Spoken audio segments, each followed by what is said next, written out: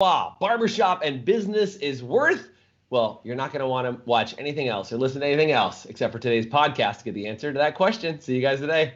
Salon owners are some of the most amazing people on planet Earth. The only problem is sometimes their hearts are so big and they give so much of themselves to their staff and guests that it creates unintended consequences. Our goal is to change the industry by elevating the way the rest of the world sees salons, spas, and barbershops and give it the credibility that it truly deserves. This is the Salon Owner Revo Show.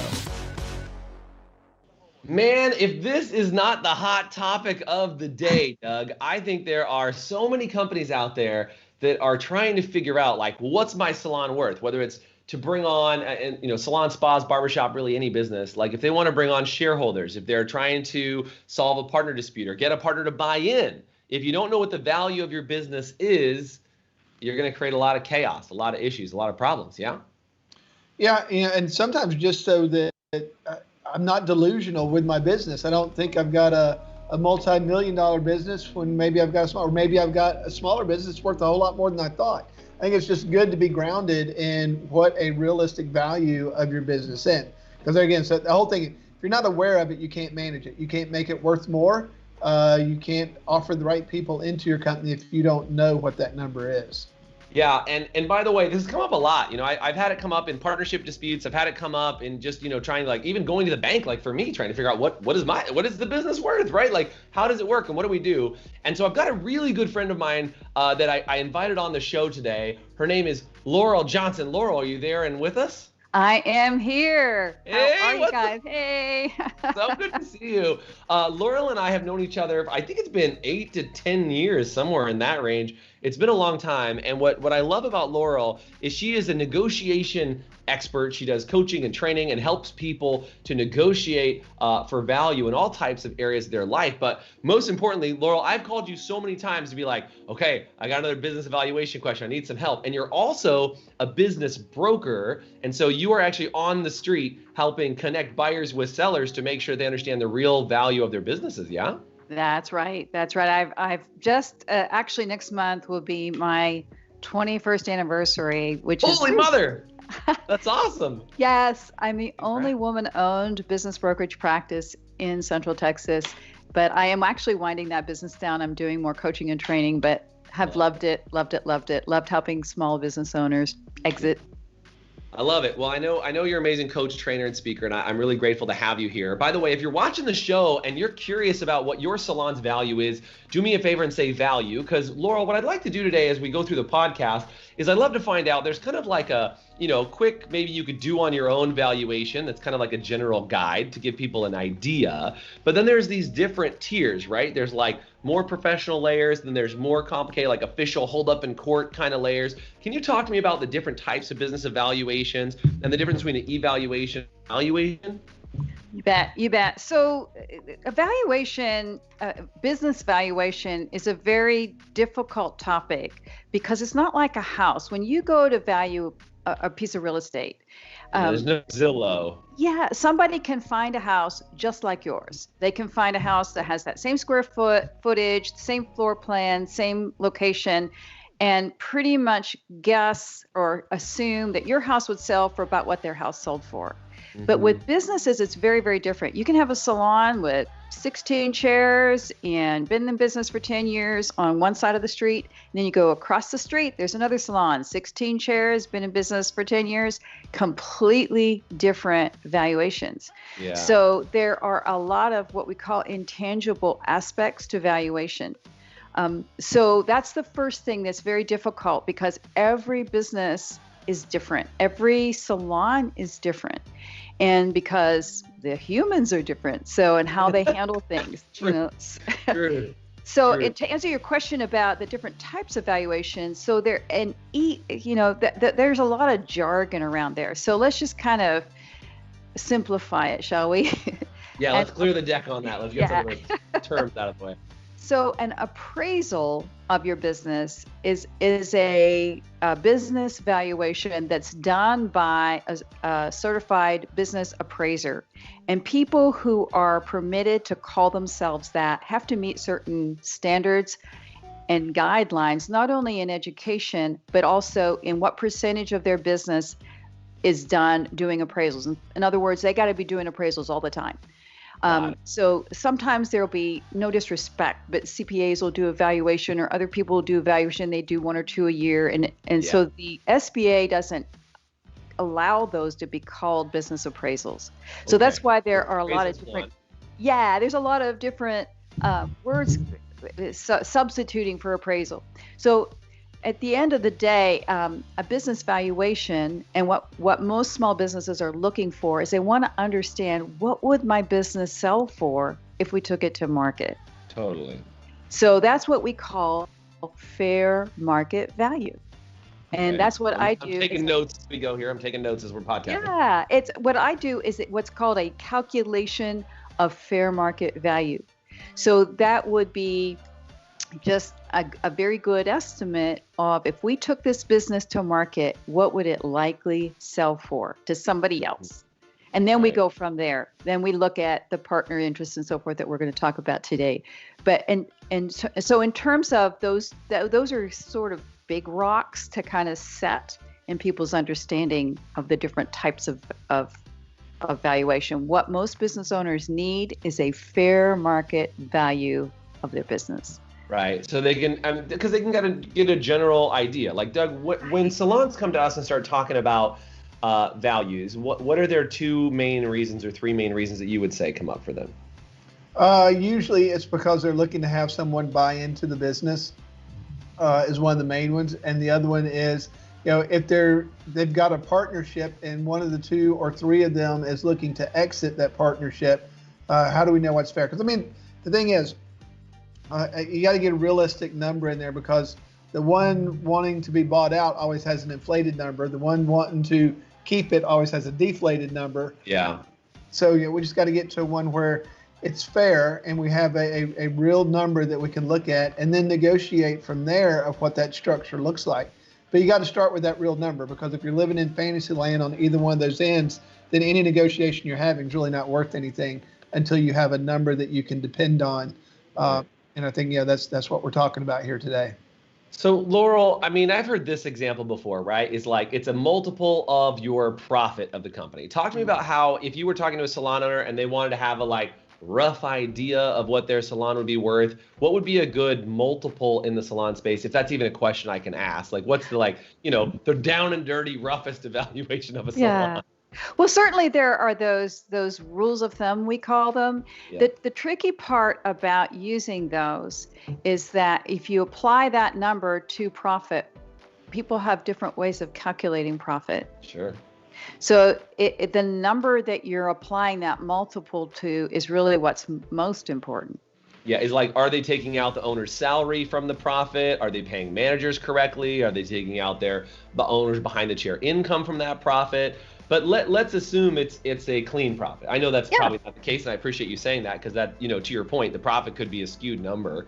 But let's assume that's the case. Is there a general multiple in the market that you can use? And I only mean to just kind of get a guide. And then I want to get into the next layers of what you can really do. You bet. So this is going to be a pretty broad range, but this is the real answer. It's going to be 1 to 3 times that number, that what you call the clean profit. So this mysterious clean quote unquote profit that we think there's about. Different terms like EBITDA and this and seller's discretionary earnings. We just want to have, and so all those things that you mentioned are really impactful. So 1 to 3 is a pretty big range. Yes. And that, whether it's going to be on that 1 side or closer to the 3 side, those are where all of the other factors of the business come into play. Got it. And so we can talk about. So that kind of at least gives you a range. Like, if you're just kind of scratching your head saying, hey, what's my business worth? This at least gives you a starting point, right? And then you said there's 2 other layers that kind of go along. One is an evaluation that you do. One is from a valuation company that can give you kind of that rundown. Talk to me about how you do a fair market value, like you were talking about, like what it would actually be posted for sale, and just kind of give people an example of what something would kind of look like in that range? Yeah. So the interesting thing is I go through the same process that an appraiser would go through. Uh-huh. So we collect financial documents. We collect the last 3 years of the business tax returns. And if you are not incorporated, that would be your Schedule C.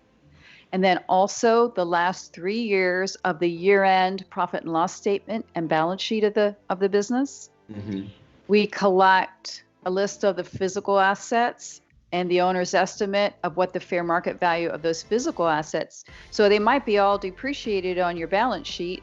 Your balance sheet might say that they're worth nothing, but they are worth something. That's just an artificial number that the IRS Right, it's for taxes. Yeah. So the fair market value is, well, if you decided to sell one of your chairs, which you could probably sell for, if you were looking to buy one that's same age and same, what would you likely, so those numbers. And then we look at what's so key in salon valuations, and it differs so greatly, is the owner's role. So if the owner is a stylist, we have to look at their production and also look at the model of the salon. Is it chair rental? Is it commission? Is it a combination? Maybe you've got chair rental and then you as the owner are just, doing commission for yourself in your own production, but it's in the numbers. So we have to look at where is that revenue and how is it accounted for? So collect all that information. Also, is the business paying for anything for you, the owner, and you're showing it as an expense on your profit and loss statement, and that expense won't be there if you are not the owner. I've seen everything from country club dues to my teenager's cell phone to yeah, all the mysterious things that still get to be written off. And I remember this because I at some point had looked into purchasing several Massage Envies as part of the Massage Envy franchise, and that was one of the biggest challenges. Was they'd send over their P&Ls, they're like, well, we got to back this out and that out and this out and this out. And all of a sudden you're kind of looking at this mess of paperwork because they're trying to sell something that they're not really clean on, right? And so, by the way, if this has been helpful for you guys so far, would you do me a favor and comment what's been the most helpful? Or if you hear something really helpful from Laurel, do me a favor and drop it in the comments just so we keep it rolling so that we know what are kind of the big value nuggets that are coming from this. And by the way, we have to take a quick break, but when we come back, I want to find out, Laurel's got a very simple way to give you that fair market valuation. I'm going to tell you how you can get a hold of that when we come back. And we're also going to talk about how do you get a valuation that actually stands up in court in case you do find yourself in a legal pinch. So we'll be right back after this short break.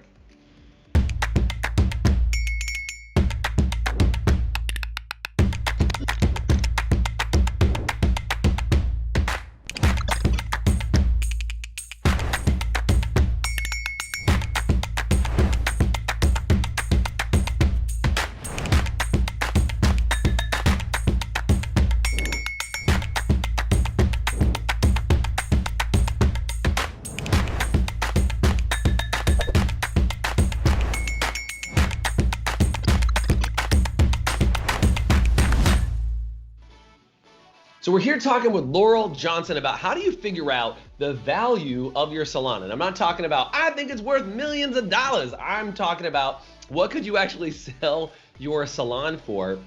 And Laurel, you've got a really cool way to do that. And I think you've got a pretty, it's under $1,000, right? For them to be able to get an actual fair market evaluation. Tell me about that, just so if people want to track that down. And if you want to get access to it, do me a favor and say I do in the comment. But tell me about that, Laurel. You bet. So I have a valuation company that I have worked with for 15 years who do a very wide range of types of business valuations, including the kind that hold up in court. They actually were the company that helped drive valuation guidelines for the Small Business Administration when SBA loans are done and so forth. And I have a joint venture with them. We've created, they've created a product that they've actually permitted me to use because of my experience. So good. And I'm able to do the calculation of value report, and it's a fair market value opinion.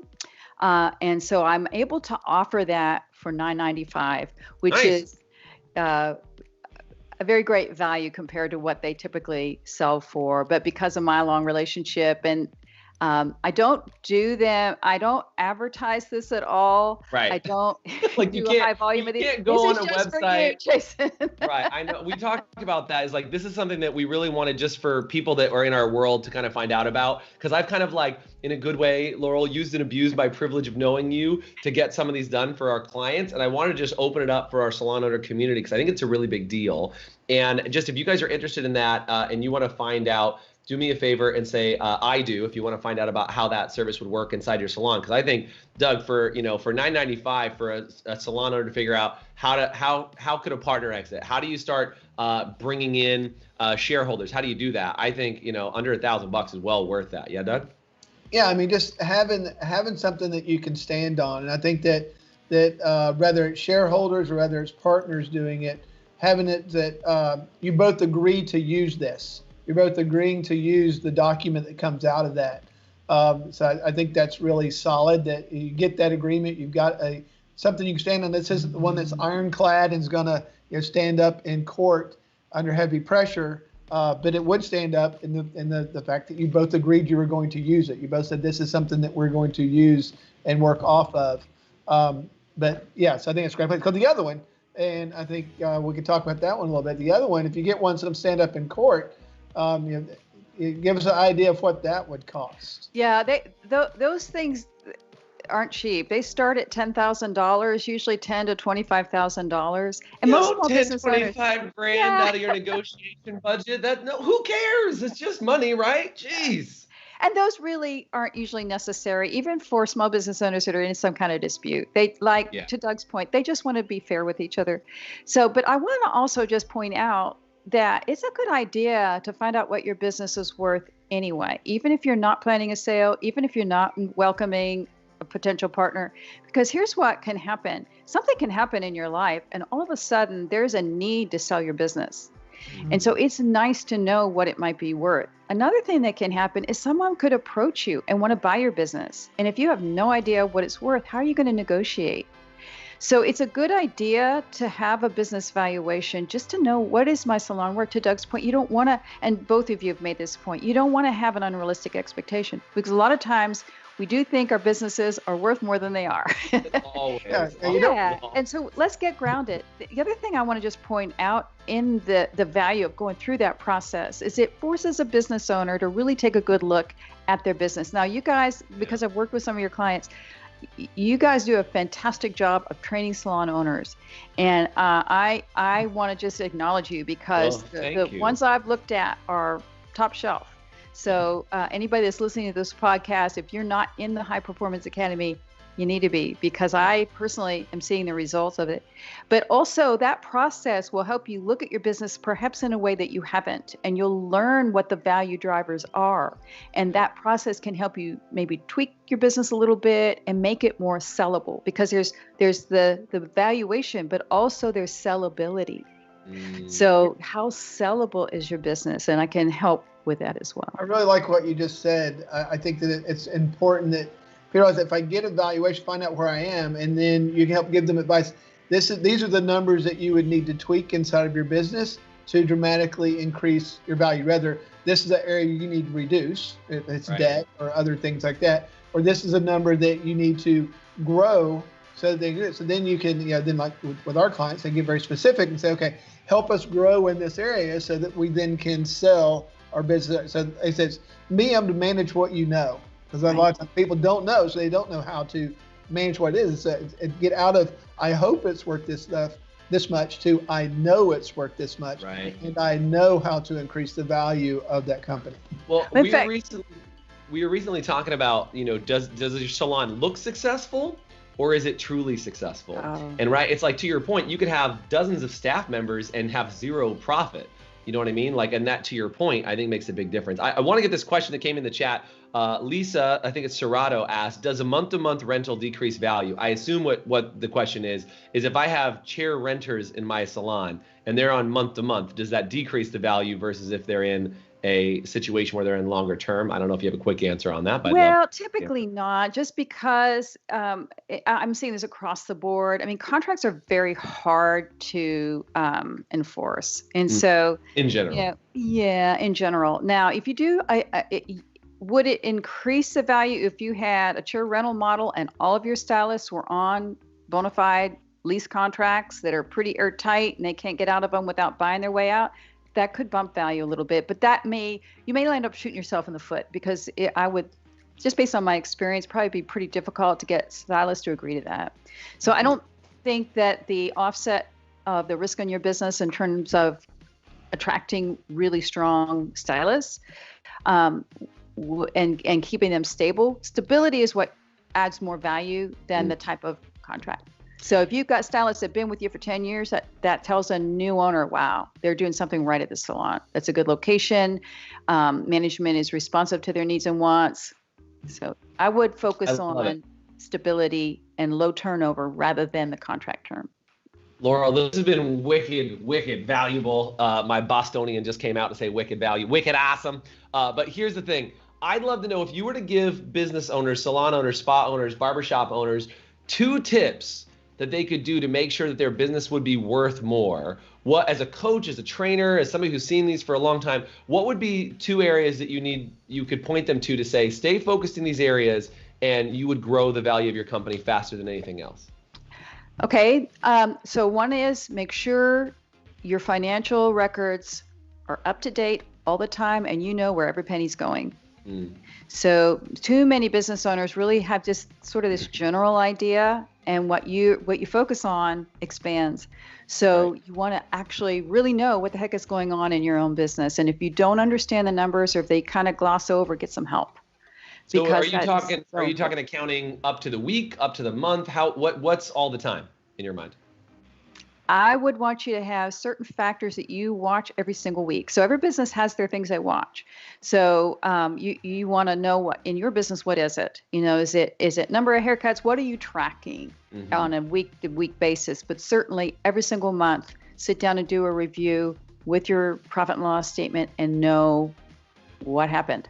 Right. And what needs to be tweaked and that's one thing. The other thing as a salon owner is to make sure that you have your production. If you are a service delivering owner, which many salon owners are, make sure that the amount of revenue that you're producing, 2 things. One is it's accounted for separately, so you can easily pull that out, but also that the salon itself is not relying on that it's profitable without your production. Yeah, because if you went away, let's say, you're making $200,000 or $300,000 a year off your salon, but $100,000 of that is your income. Well, clearly that's not as powerful as if the salon's majoritively making money because you're there. You own a job, you don't own a business at that point, right? Well, there's nothing wrong with that. If you want to own a job, that's fine. I mean, a lot of salon owners, they have their stylists pay for all of the overhead, and then the profit's their own production. It's just that's not going to create a sellable business. So it depends on what you want to do to exit.